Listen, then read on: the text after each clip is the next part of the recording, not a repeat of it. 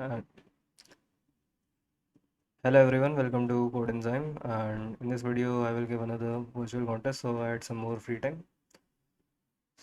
This is a weekly contest 391, and generally they are more, I find them more easier than bi-weekly contests, so let's just start. Okay.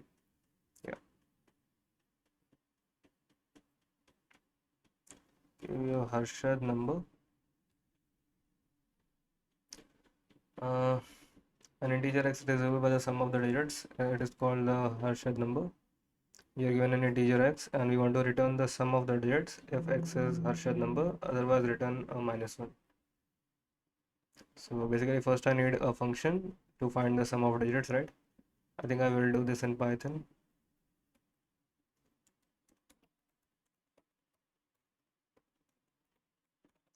So let's say answer equals to 0, and for I in, we'll just convert the number to a string and return the, no, let's say answer plus equals to integer of I, and then finally I can return the answer, okay? Now,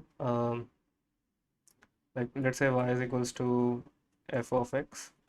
If x mod y equals 0, then I can simply return the y, otherwise I will return -1. So that was easy. And now let's move on to the next problem. Water bottles 2. You are given two integers, num bottles and num exchanges. Num bottles represent the number of full bottles that you can initially have, and in one operation you can perform the following operations. Drink any number of full bottles, the water bottles during them, otherwise I can exchange them for exchange number and num exchanges and increase them by 1. So for example, if the num bottles equal 3, uh,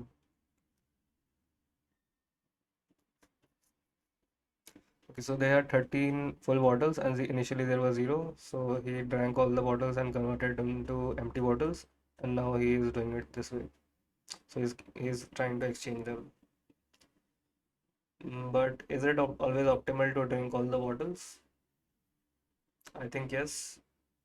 I mean, why would you want to have any bottles left when you can just drink all of them, right? Okay, let's try it in C++.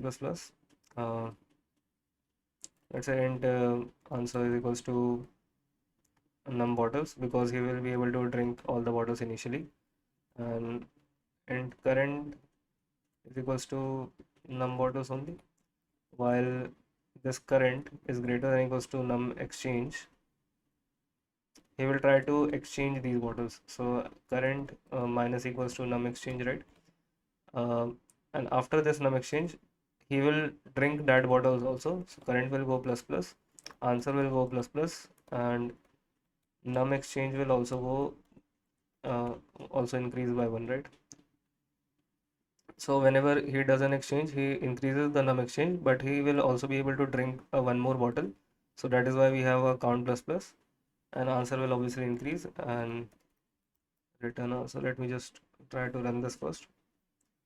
So you have 15, which is wrong. I think 13. Okay, 15 is correct. Do we have another input? Let's just try to submit this and see. So solution gets accepted. Let's move on to the next problem. Count alternating subarrays.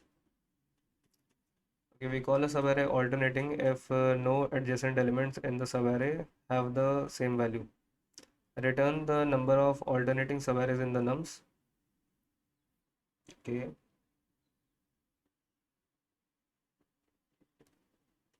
So okay, nums dot length is 10 to the power 5. So we have uh, so this wants an big of n or n log n time solution. We call a subarray alternating if there are no adjacent elements in the subarray that have the same value. Return the number of alternating subarrays in the nums. So this looks like some kind of counting problem, and this is a dynamic programming problem. So something like a cadence algorithm. Uh, I think I will do it in Sublime. Let's say, first of all, let's take the nums dot size. Now, let's say dp of I is equals to number of alternating subarrays ending at I. So I is always included. So obviously dp of I will always be 1, will be equals to, either I have two choices, either I can extend the previous one, so dp of I minus 1 plus 1 or 1, right? So there are only two choices that I have for this. So what I can do is, let's first say vector int dp of n, right? N with the initial value will be 0, obviously. Let's say int answer equals to 0, and I need to be careful because there is a long here, so these values should be long and not int. Okay, and let's start with 1 because the first element will only have one subarray that will include itself. Now for I in range, let's go from 1, and let's say dp of 0 is equals to 1 if nums I not equals to nums I minus 1, then I can extend the previous answer. So dp of I plus equals to dp of I minus 1 plus 1. Okay, else simply my dp of I will become 1, and whatever the case, my answer will increase by dp of I, right? And in the end I can return the answer. So this is a very simple dynamic programming counting problem. I think this should have been the B problem and not the C problem. Yeah, but yeah, let's go. Quite a standard stuff. So all three problems were quite easy. Let's just run this to see if it is working. Yeah. So 5, that is correct. Let's submit this. Okay, this got accepted. Let's move on to the last problem. Minimize the Manhattan distances. Okay, we are given a zero indexed array points representing integer coordinates of some of the points on 2D plane. Point I equal to x1 comma x2. Distance between the 2 points is defined as their Manhattan distance. Manhattan distance is basically, uh, as far as I remember, so basically if you have 2 points x1 y1 and x2 y2, Manhattan distance is simply x1 minus x2 plus y1 minus y2, right? Okay, so what does return the minimum possible value for the maximum distance between two possible points by removing exactly 1 point. Okay, so they basically, uh, whenever we have some statement like minimize the maximum, I generally think about binary search. So let's say our answer is x. Okay, so let's say my answer is x. Can can the answer be x plus 1?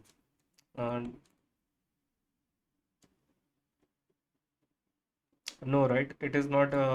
Maybe the answer is directly x plus 5, but it is not necessary that I will get an x plus 1. So this is not a predicate function. So binary search will not work here.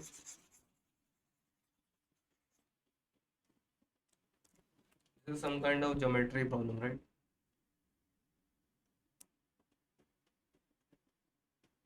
I mean, I know an algorithm for minimum distance between any 2 points, but I'm not really sure for the maximum Manhattan distance.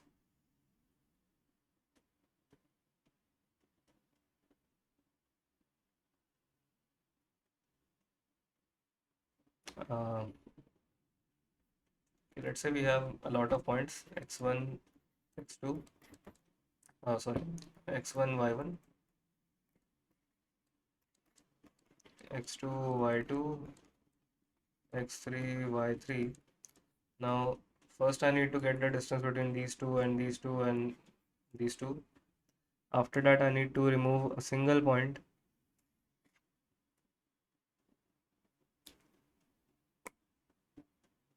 and get the, so I need some kind of data structure that can output the maximum distance between the 2 points. So this data structure will store all the points for me, and it can output the maximum distance in big O of 1 or big O, at most big O of log n time easily, something like that. And it allows deletion and insertion easily. So I think some kind of multiset will work here. But the hard part is how can we calculate even if we have all these points, how can we calculate efficiently the maximum Manhattan distance? And there is no, I am not very familiar with this. So let's just copy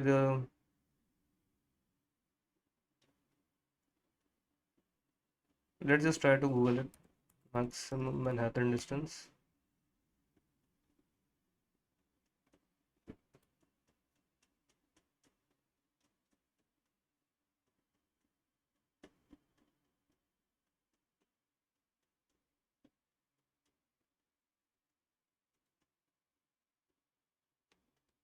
So basically,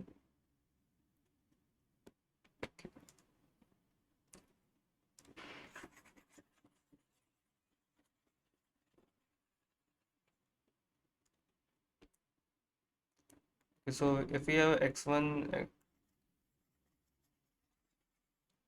wait a second. So if we have x1, x2, x1, why is this happening? Okay, I think some error occurred. I will have to change the editor now. Sorry about it.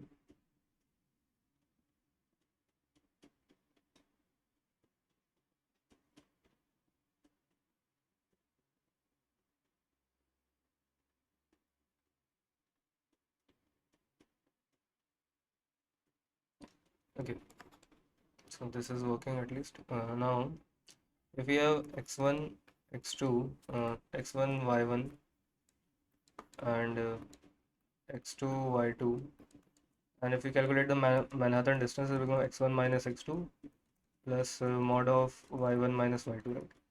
And according to this, it says it is the maximum value of this. So something like maximum of xi minus yi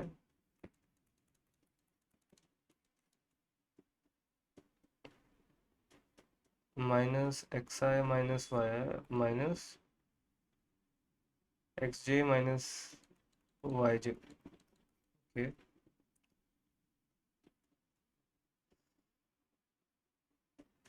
Then we have minus of xi minus yi minus xj minus yj minus xj minus yj. So these both are differences, and then we have minus of xi plus yi minus, actually plus xj plus yj and xi minus plus yj. So then we have the simple sum xi plus yi minus xi plus yj. Okay, so if we have all this, so what I can do is I can store the sums and differences of these values. And yeah, I think let's, if you see the code, um, so basically we add all these values as pairs, and then we sort these two vectors and find the minimum and the maximum values. Yeah. So to stimulate the insertion and deletion, we can use a multiset or a priority queue. Not a priority queue. I think only we can only use a multiset, and that will help me do that. We can achieve the same thing in big O of n log n time. Yeah. So what we can do is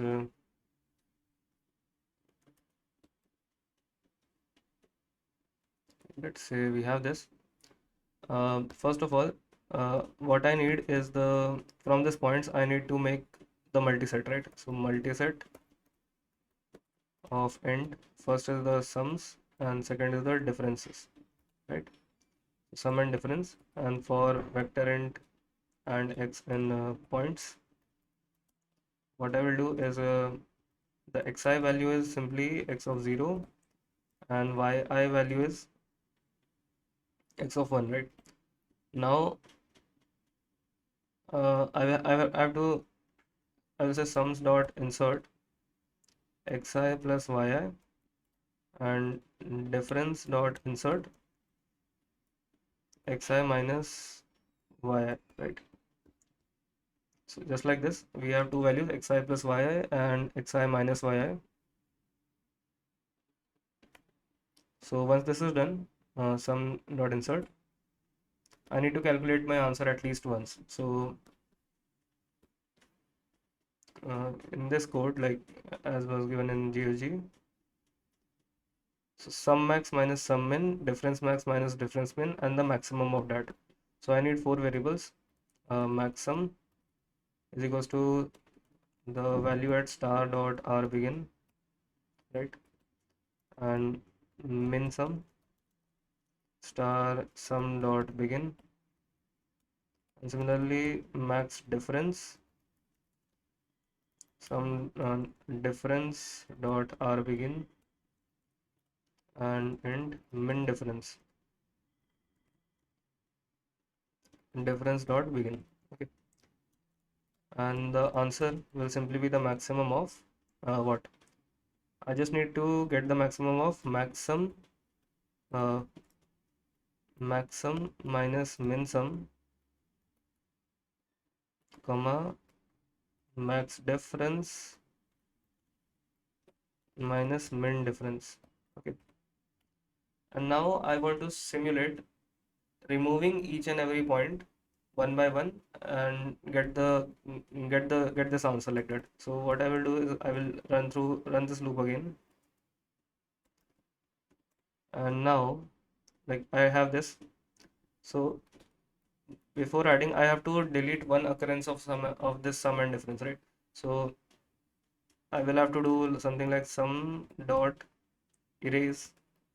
But if I simply put xi plus yi here, it will erase all the occurrences of this. So I will have to do something like sum dot find, and this will pass in an iterator to this point, and that will only remove one occurrence. So I will have difference dot erase difference dot find xi minus yi, and let's have all these variables once again.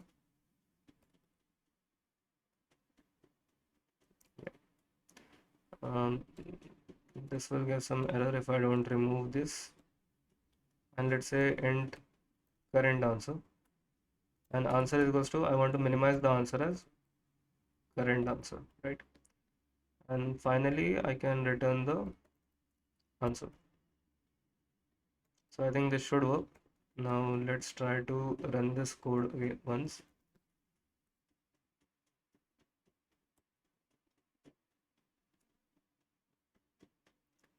So we are getting 12, which is, I think, yeah, the answer should be 12. Can I change the input? Okay.